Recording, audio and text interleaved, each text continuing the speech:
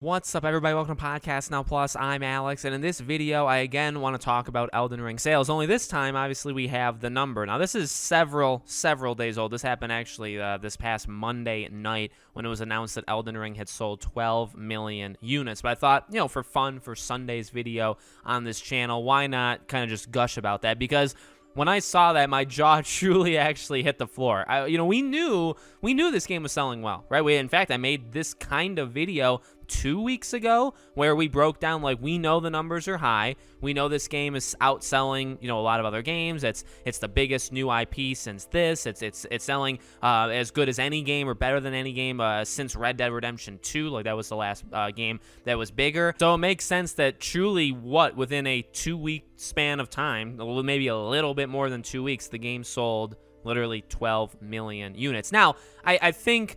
I don't know. Well, my first thought was that it will slow down. Like I said, maybe it reaches 15 to 17 million by the end of this year. That could definitely be wrong. Maybe the game reaches like 20 million by the end of this year. It's incredible to see so many people that, statistically, have never bought other From Software games, right? In fact, we talked about it before in terms of looking at the highest selling, games of the past.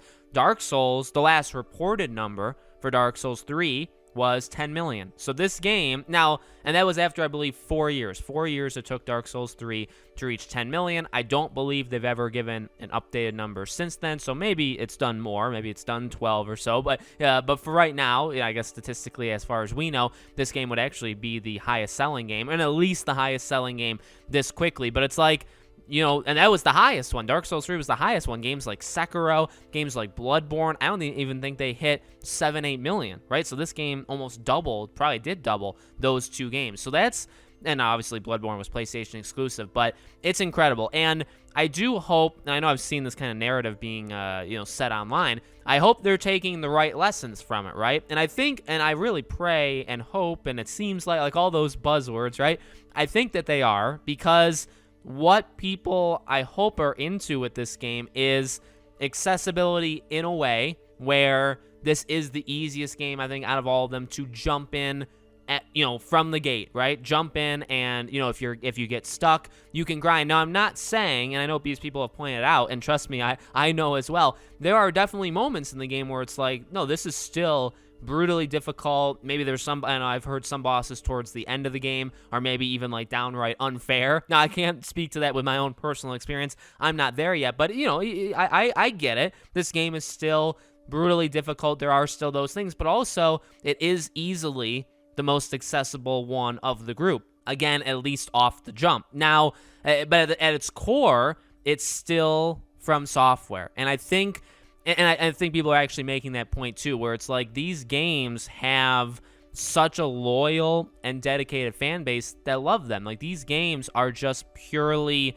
good, and they've always been good, and they've always been something people want to play, but just not, the biggest group. I've seen some people say, like, once you're in it for life. I actually kind of think that's true too. Once you play one of these games, and if you're into one of them, it's got some sort of magical spell that From Software where you're like, yeah, I'm kind of in it forever. Maybe I won't love every game as much as this one, but even me, right? And I've said, like, my kind of example, I've played and bought, I've played all of them, every From Software game. I've owned most of them, and I suck at them, and I never made it past like 5-10 hours. It's been a giant waste of money in a way, but at the same time, it is what it is, and I'm okay, with having given them my money. But it's like, well, that was my in. That was my in, where it's like, I've known about them since I played Demon Souls. I was horrible. I actually hated that game in a way because of how bad I was and how difficult the game was. But from that point on,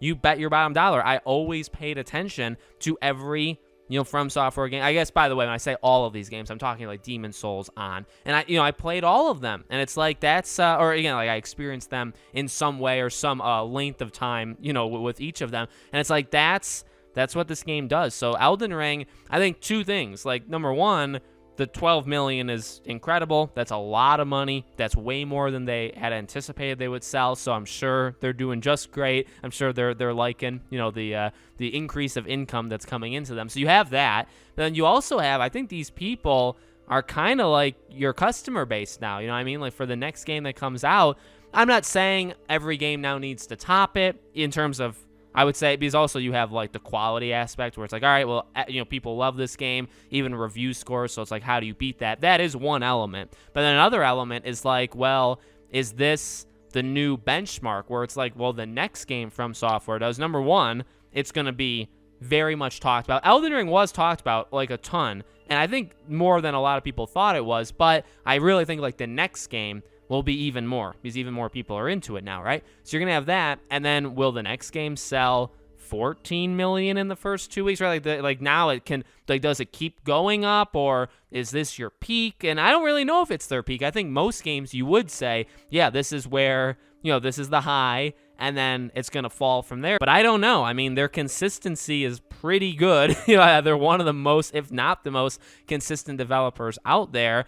And it's like, as long as they don't radically change, like, you know what I mean? Like, if the games are still difficult, there's still like that crave for a challenge kind of approach to it. It's like these people will always be into that. So you'll always have them. And then it's like, you know what I mean? And now you have all these new people that are going to probably get your next game just because they liked Elden Ring. So it's incredible what they've done from start to finish. It's absolutely incredible how this has gone, and we'll see how much more it makes. Like I said, I personally think it may slow down because you may have gotten like most of your people in the beginning, but that doesn't have to be true, right? It could, I mean, if it hits 20 million, say by the end of this year, then obviously that's not true. So let me know what you guys think in the comments below. Make sure, as always, you guys are subscribed to the channel. Hit the bell icon so you guys know when all these videos go up, and I hope to see you all on tomorrow's video.